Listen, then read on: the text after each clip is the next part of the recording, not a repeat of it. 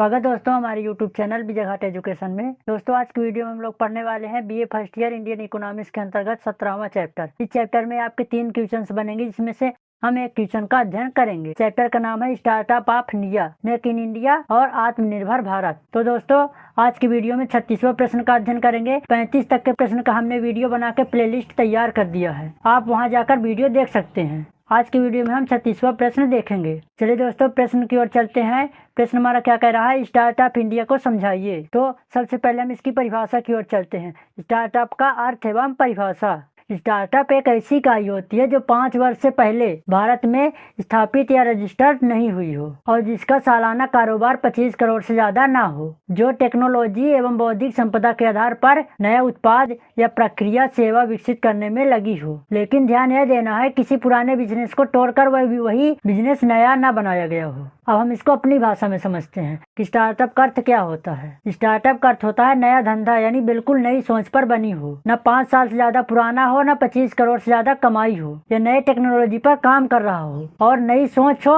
नया हट के हो, नए आइडिया से निकाला गया हो। जैसे एक एग्जाम्पल के माध्यम समझिए, कोई नया बिजनेस, खेत में कोई नई फसल बोई जाए, भले ही जमीन पुरानी है लेकिन उसमें बीज नया ही डाला गया हो, तरीका भी नया हो और उम्मीद भी नई हो, तो बस वही स्टार्टअप है जो नई बीज बो रहा हो। तो जो भीड़ से हटकर नया सोचता है, बदलाव लाता है, वही कहलाता है स्टार्टअप वाला। स्टार्टअप स्टार्ट करने के लिए धन नहीं बल्कि दाम लगता है। तो दोस्तों आप लोगों को स्टार्टअप का अर्थ एवं परिभाषा समझ में आ गया होगा। इसको हम 5 टॉपिक पर अध्ययन करेंगे। स्टार्टअप का अर्थ एवं परिभाषा और स्टार्टअप का दर्जा कब खत्म हो जाता है, यानी स्टार्टअप का दर्जा कब खत्म हो जाता है और कब तक रहता है, और इसके साथ टैक्स सरकार में छूट कब देती है। फिर तीसरा टॉपिक है स्टार्टअप की कानूनी पहचान क्या होती है। फिर अगला पॉइंट है चौथा, स्टार्टअप की प्रमुख शर्तें क्या है, यानी स्टार्टअप की क्या क्या शर्तें होती हैं। फिर 5वां पॉइंट है स्टार्टअप को स्टार्टअप का दर्जा कब दिया जाता है। इन्हीं 5 पॉइंट में आज इस वीडियो में हम अध्ययन करेंगे। तो हमने स्टार्टअप का अर्थ एवं परिभाषा समझा दिया है। अब सेकंड पॉइंट की ओर बढ़ते हैं। स्टार्टअप का दर्जा कब खत्म हो जाएगा और सरकार टैक्स में छूट कब देगी। तो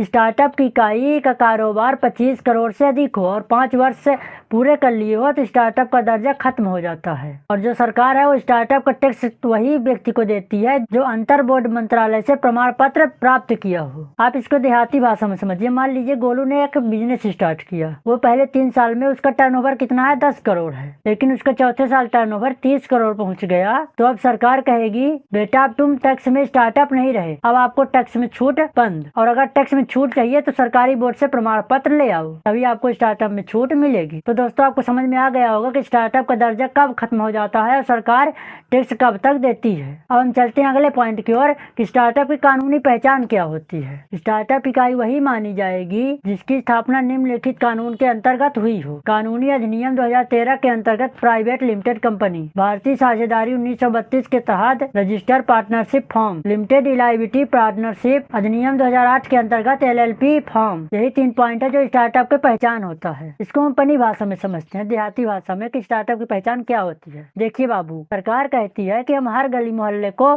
स्टार्टअप की दुकान नहीं मानेंगे। स्टार्टअप बनने के लिए तुम्हें कानूनी तौर पर जन्म लेना पड़ेगा, यानी कानूनी पहचान लेनी पड़ेगी, तभी आप स्टार्टअप कहलाओगे। और वो भी 3 शर्तें हैं जो हमने ऊपर बताए हैं। जैसे बिना आधार कार्ड के सरकार स्कॉलरशिप नहीं देती है, वैसे बिना प्रमाण पत्र के आप स्टार्टअप नहीं कहलाएंगे। पहले आप कानून में नाम लिखवाओ तभी आपकी पहचान बनेगी, आप स्टार्टअप कहलाएंगे। भले ही आपके सपने बड़े हों लेकिन उसमें कागज पूरे होना चाहिए, तभी देश का सिस्टम तुम्हारे हाथ में चलेगा। सरकार कहती है तुम पहचान दो, हम पहचान देंगे। तो दोस्तों आपको समझ में आ गया होगा कि स्टार्टअप की पहचान क्या होती है। अब हम देखेंगे दोस्तों स्टार्टअप की शर्तें क्या होती है। आपने स्टार्टअप का दर्जा प्राप्त कर लिया, यानी स्टार्टअप की पहचान प्राप्त कर लिया, उसकी क्या क्या शर्तें होती हैं। स्टार्टअप का पहला शर्त है कि जो कोई नया उत्पाद या नया सामग्री विकसित करे और वह पुराने उत्पाद और पुराने प्रक्रिया को बेहतर बनाकर ग्राहकों को कार्य प्रवाह करे, इसमें नया मूल्य जोड़े। स्टार्टअप मतलब कुछ नया करना नहीं है, बल्कि उसमें कुछ नया करना है जिनसे लोगों को फायदा हो और ग्राहक बोले वाह। मान लीजिए आपने कोई सामान बनाया है और वो ग्राहक के कोई काम का नहीं है, सरकार बोलेगी ये तो बिल्कुल बकवास है, ये स्टार्टअप नहीं है। जैसे आपने पुराने चीज पर रंग बदल दिया, जैसे लाल की जगह में पीला कर दिया, तो सरकार वो भी इनोवेशन नहीं माना जाएगा। नया वो नहीं जो दिखे अलग, नया वो जो असर करे अलग। सरकार असर देखेगी, चमक नहीं। तो दुनिया में पहचान उन्हें मिलती है जो भीड़ में रास्ता बनाते हैं, रंग बदलने वालों को नहीं, काम बदलने वालों को। तो दोस्तों आपको समझ में आ गया होगा कि स्टार्टअप की क्या शर्तें होती हैं। अब हम देखेंगे स्टार्टअप को स्टार्टअप का दर्जा कब मिलता है। स्टार्टअप को स्टार्टअप का दर्जा कब मिलता है, जब किसी पीजी महाविद्यालय के स्थापित इनक्यूबेटर के नवाचार की संस्तुति की हो, या सरकार के किसी योजना से प्राप्त वित्त पोषित का समर्थन प्राप्त हो, या फिर सरकारी मान्यता से प्राप्त इनक्यूबेटर से प्रमाणित संस्तुति पत्र हो। अगर आप स्टार्टअप के लिए खुद से दावा करते हैं तो आपको स्टार्टअप का दर्जा नहीं दिया जाएगा। आप इसको एक उदाहरण के माध्यम से समझिए। जैसे स्कूल में पास होने के लिए मास्टर की साइन जरूरी होती है, वैसे स्टार्टअप बनने के लिए इनक्यूबेटर के संस्तुति जरूरी होती है। तो बिना साइन के कोई स्टार्टअप नहीं बन पाएगा। यानी काबिलियत अपने आप चमकती है, लेकिन पहचान तब बनती है जब कोई कहे हाँ ये असली हीरा है। तो दोस्तों आप लोगों को समझ में आ गया होगा कि स्टार्टअप को स्टार्टअप का पहचान कब मिलता है।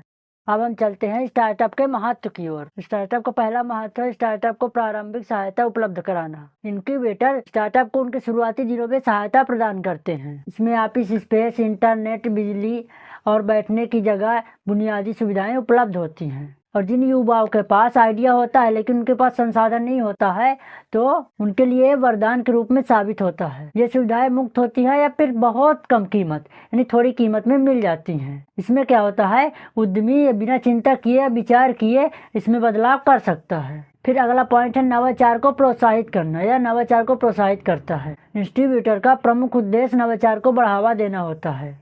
यह व्यवसाय उन विचारों को बढ़ावा देता है जो समाज में नई तकनीक, समाधान एवं सेवाएं ला सके।